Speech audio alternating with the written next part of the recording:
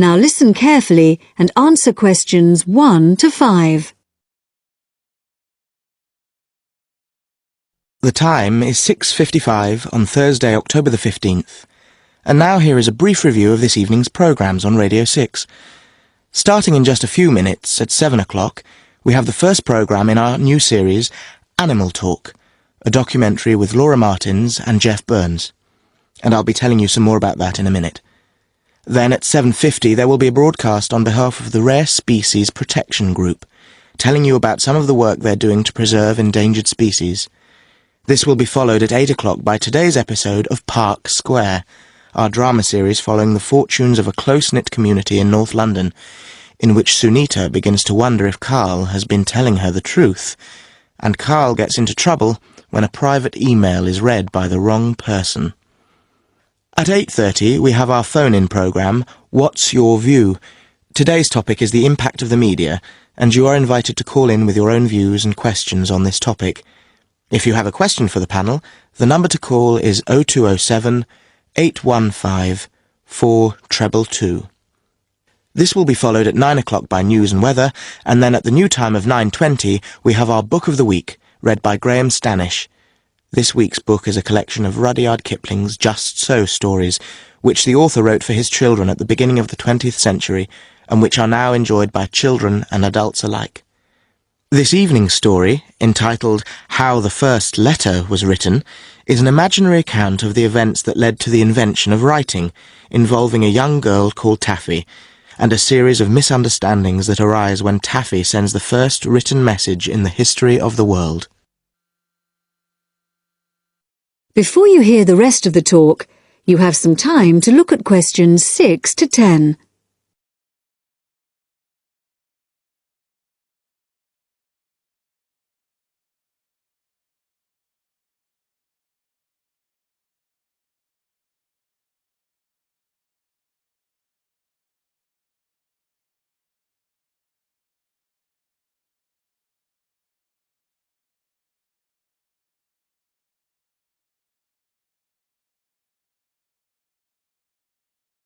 Now listen and answer questions 6 to 10.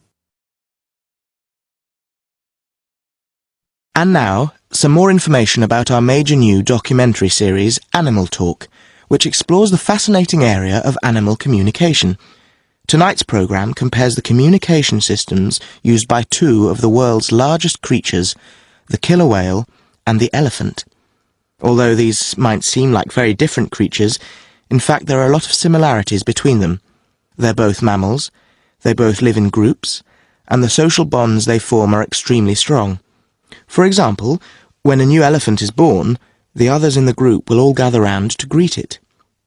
They also live for a long time, like humans, and their brains are very large, which means that there may be room for something in there that allows them to process some type of language. In the programme, Laura Martins, who has spent many years studying the communication systems of whales, describes how although whales do have very good sight, like humans they mostly use sound to communicate. In the case of whales, this is because this travels well in water, where visibility may be limited. In the programme, you'll hear underwater recordings of the whale calls, but what we don't know yet is whether the whales are talking to one another, or whether the sounds are just to allow them to identify one another. Also speaking on the programme is Dr. Jeff Burns, who has made a special study of elephant communication. Elephants use all their senses to communicate, but as Dr. Jeff Burns explains, one way we are only just beginning to find out about is what has been referred to as silent singing. Sounds produced by elephants which are too low for humans to hear, but can be heard by other elephants. And did you know that another way in which elephants can hear is with their feet? So, when one elephant stamps on the ground, maybe to warn about danger, the sound travels through the ground, and another elephant up to 30 kilometres away may pick it up. To find out more about exactly how they do this, stay tuned to Radio 6 for Animal Talk. That is the end of part 1.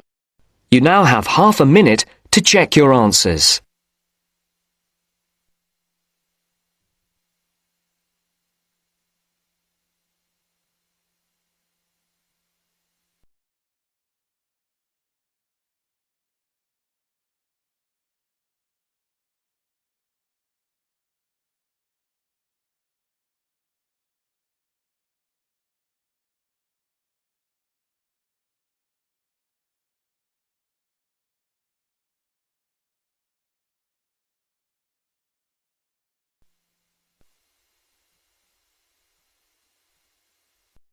Now turns to part 2. Part 2. You will hear an introductory speech to students at a summer school.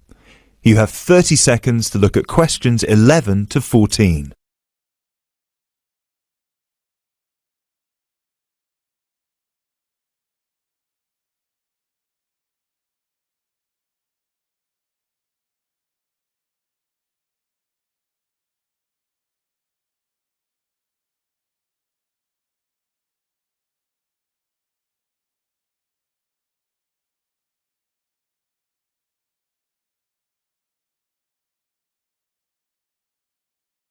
Good morning, everyone, and welcome to Climb Summer School.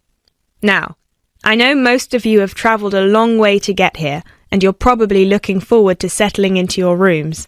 So I promise I won't keep you long, but we've got to get through this very brief induction just to make your stay here as pleasurable as possible.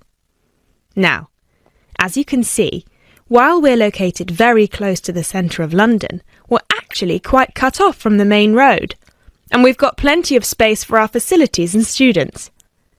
This was part of our founder's vision, Jasmine Climb, who thought that the best environment for teenage students would be a place that combines the comforts of a big cosmopolitan city with the beauty and serenity of a quiet, remote site. Now, back in 1983, when our school was founded, this all here was an abandoned warehouse, and the classes were held in the main building that you can see over there. There were no trees, no conifers surrounding the property. There wasn't even a main gate. It took years and a great deal of effort to get our school to where it is today. And I'm sure that if you take a look at page 34 in your brochures, where you can find a picture of what the school used to look like back then, you'll agree that the changes we've made are more than impressive. But it's not just the facilities that make Climb Summer School special, obviously, and I'm certain you already know this. Over the following 10 weeks, you'll receive an assortment of classes on a variety of topics, ranging from language, literature and poetry to creative writing, communication and project management. All of these modules have been designed to improve your chances of getting a place in the universities of your choice, while also giving you the opportunity to learn, excel, and of course, also socialise with people from all over the world. I can tell you, just among the 30 of you, we've got about 21 different nationalities. So what happens now? First of all, I'll be handing out a map of the premises for you to have a look at, and explaining where everything is. Once we're done here, you'll all be taken to your rooms where you can unpack and relax for a couple of hours. And later on, we'll be having our first activity of the day, a mix and match lunch in the main hall, where you'll have the chance to meet your new classmates. Later on in the afternoon, we'll be handing out your first project assignments and splitting you into teams. And tonight we'll be having our very first film night, starting with an early 20th century special.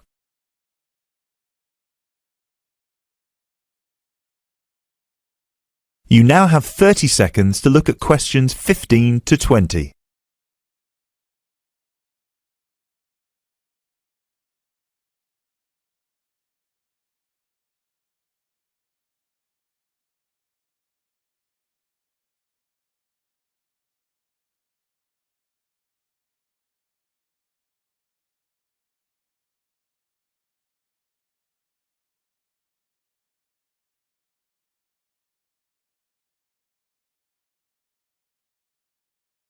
So, let's get on with the map. You've already got a version of it in your brochures, so if you can open them to the last page so we can have a look. Very well. As I showed you before, the actual school is right over there in the middle. That's where you'll be having most of your classes. Adjacent to it, you'll find the main hall, which is where we'll be hosting most events, such as today's lunch. On the left from the main building, you'll find a smaller building, which is where the accommodation and welfare offices are located. This is labelled as the garden office at the front, and it's easy to spot because it has a green door. Each of you is assigned to a different residence hall. We've got 3 residence halls in total, 1 on the left and 2 on the right. The one right next to the garden office is Ursula Hall, named after our founder's sister, while the other two are Peter Hall and William Hall. Now, as you can see, there are 3 more buildings to the left of the semicircle here, and 1 more building on the right-hand side, next to William Hall. So that one, which is shaped a bit like a dome, is the pavilion. This is where all your letters will be delivered, and in the basement floor you'll also find a laundrette. Please make sure you've got plenty of £1 coins, as you'll need one for the washing machine and another for the dryer. And that row of buildings on the left, the one closest to us here at the gate, is the canteen, where you'll be able to buy snacks as well as breakfast, lunch and dinner, on days when we don't have an event with food provided. The next one is the gym, which is open from 7 a.m. to 8 p.m. from Monday to Friday, and until 10 p.m. at the weekend. And the last building, right over there, is the study centre, where you'll find plenty of computers and books, as well as a great selection of DVDs and magazines that you can borrow with only a small refundable deposit of £5. Now, please remember to keep your student card with you at all times, as you'll need it to access most of these facilities. That is the end of part 2. You now have half a minute to check your answers.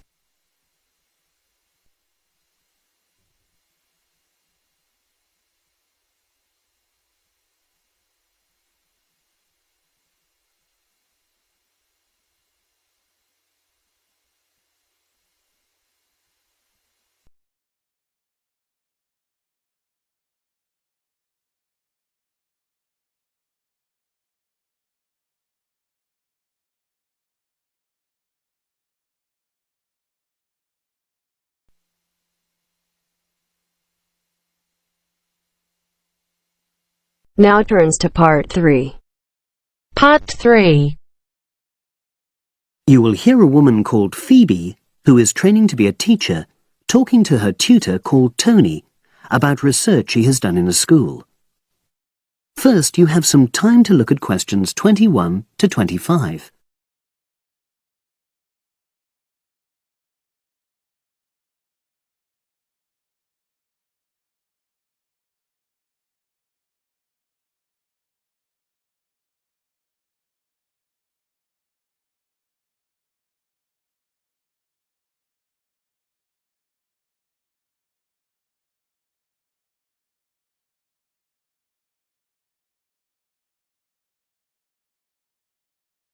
Now listen and answer questions 21 to 25. So, how did you get on with your school-based research, Phoebe? Well, it was exhausting, but really valuable. Good. What was the specific focus you chose? My title is Attitudes Towards Study Among 11 to 12-year-old Pupils. Right, and what made you choose that focus? Well, that's a bit difficult. Lots of my classmates decided on their focus really early on, mainly on the basis of what they thought would help in their future career, you know, in their first year's teaching. So that's what helped you decide? Actually, it was that I came across a book written by experienced teachers on student attitudes, and that motivated me to go for the topic. Okay. So what were your research questions or issues? Well, I wanted to look at the ways students responded to different teachers, particularly focusing on whether very strict teachers made teenagers less motivated. And from your research, did you find that was true? No, not from what I saw, you know, from my 5 days observation, talking to people and so forth. Okay. We'll talk about the actual research methods in a moment, but before that, can you briefly summarise what your most striking findings are? Well, what really amazed me was the significant gender differences. I didn't set out to focus on that, but I found that boys were much more positive about being at school. Girls were more impatient. They talked a lot about wanting to grow up and leave school. Very interesting. Yeah, it is. From doing the research, it was clear to me that you might start out to focus on one thing, but you pick up lots of unexpected insights. Right. Did you get any insights into teaching? Yes, certainly. I was doing a lot of observations of the way kids with very different abilities collaborate on certain tasks, help each other. And I began to realise that the lessons were developing in really unexpected ways. So, what conclusion do you draw from that? Well, I know it's necessary for teachers to prepare lessons carefully, but it's great if they also allow lessons to go their own ways. Good point. Now, I'm really pleased to see you doing this. Analysing and drawing conclusions based on data. But surely this isn't proper data. Because it's derived from such small-scale research. Well, as long as you don't make grand claims for your findings, this data is entirely valid. I like the way you're already stepping back from the experience and thinking about what you've learned about research. Well done. But I know I could have done it better. As you become more experienced, you'll find ways to reduce the risk of difficulties. Okay. Now you have some time to look at questions 26 to 30.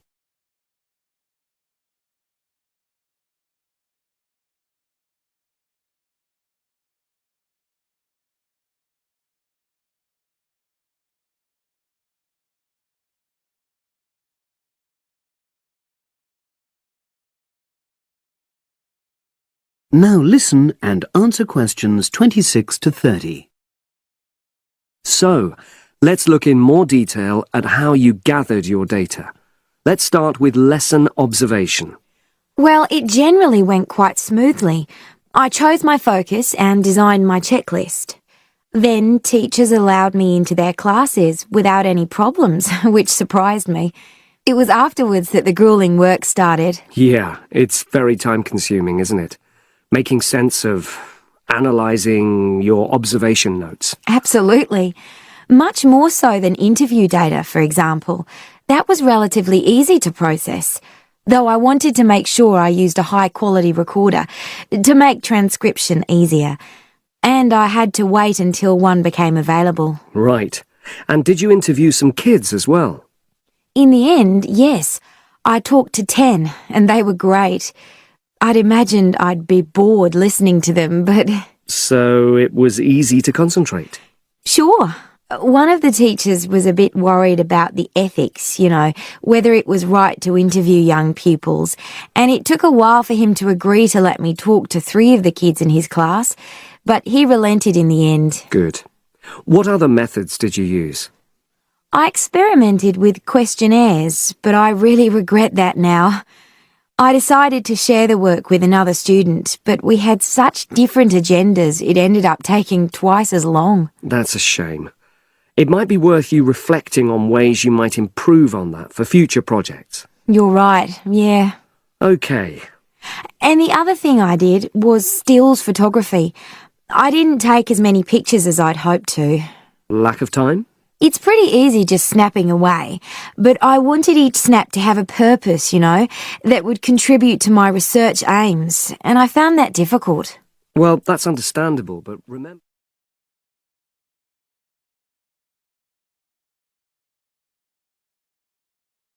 That is the end of part 3. You now have half a minute to check your answers.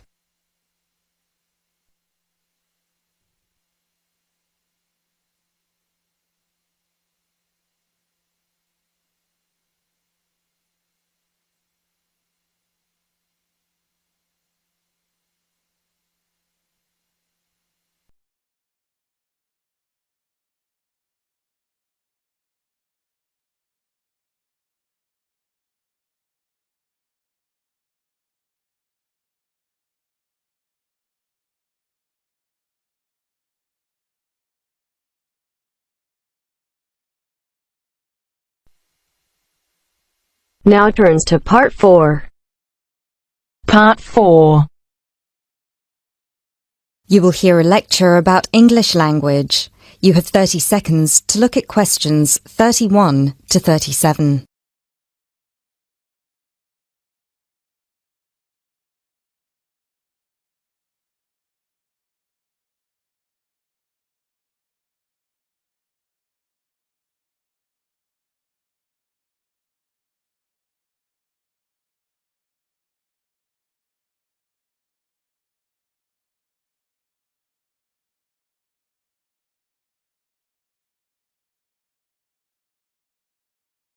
Those of you who were here last week will remember that we talked about the journey of the English language from its early Indo-European origins through to Old English, Middle English, and then to early and late modern English before it reached the form that it has today. Today, we will be continuing that theme by focusing on the future of the English language and all the places it might go from here. There are about 2.1 billion people around the world who can speak English. Out of these, only 400 million are native speakers, which means that 4 in 5 English speakers are non-natives. This is obviously quite an impressive number, considering that just 2 centuries ago, in 1801, there were only about 20 million speakers of English around the world, and languages like French and German were ahead of English in terms of how many people were using them. But what does it mean? What it means is that the future of the English language doesn't really depend on its native speakers, but on that massive number of non-native speakers learning it around the world. Has anyone heard the term pidgin before, or Creole? A pidgin is a simplified version of a language which acts as a bridge between two people who don't have a common language, allowing them to communicate with each other. While a Creole is a language that evolves from a pidgin, with the difference that it is fully formed with clear grammatical rules and vocabulary. There are currently dozens of Pidgin and Creole languages based on English around the world, for example, Nigerian Pidgin or Jamaican Patois. These languages are also known as Englishes. What's interesting about these Englishes is how different they sound to, for lack of a better term, proper English. Take the word trousers, for instance. In Sheng, which is a Kenyan Creole language, they're called longi because they're long. But even versions of English that are recognized as official variations or dialects still differ greatly from each other. Americans and Jamaicans would call the back of a car where you store your luggage the trunk. Britons, Australians, Canadians, and other Commonwealth countries would call it the boot. A subway in the UK is a tunnel under a road that allows pedestrians to cross safely. In the US, it's an underground train. You might think of these differences as minute, but when you take into account the dozens of different versions of English out there, a very intriguing parallel arises with another language from the past: Latin. Latin, too, used to be a lingua franca. Nowadays, it's all but dead, spoken only by a few clerics and scholars. At some point in history, it splintered into various different languages which became known as Romance languages. For example, Spanish, Italian, or French. There are some that theorize that the same thing might happen to English in the near or distant future, that all these Englishes we have today in different countries will continue to develop, so pidgins will turn into Creole languages, and Creole languages will turn into just languages, and English itself, as we know it today, will disappear, or become less and less important. It's an interesting theory, if nothing else. You now have 30 seconds to look at questions 38 to 40.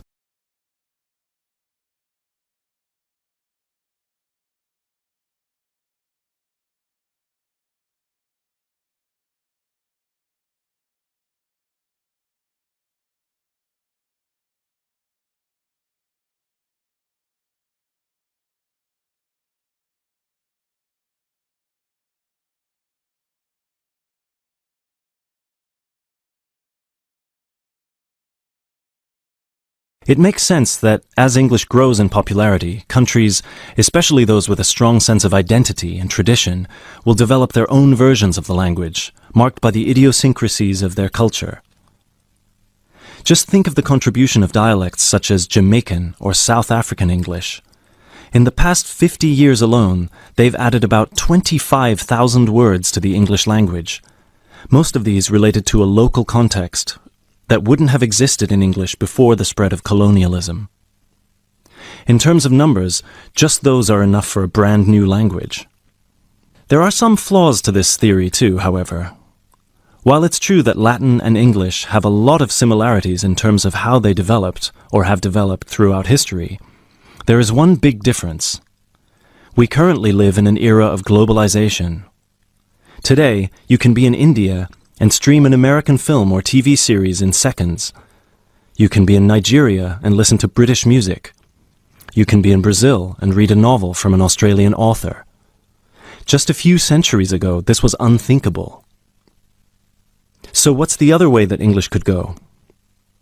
According to some experts, there's the possibility that it could maintain its status as the world's global language, but with a few differences.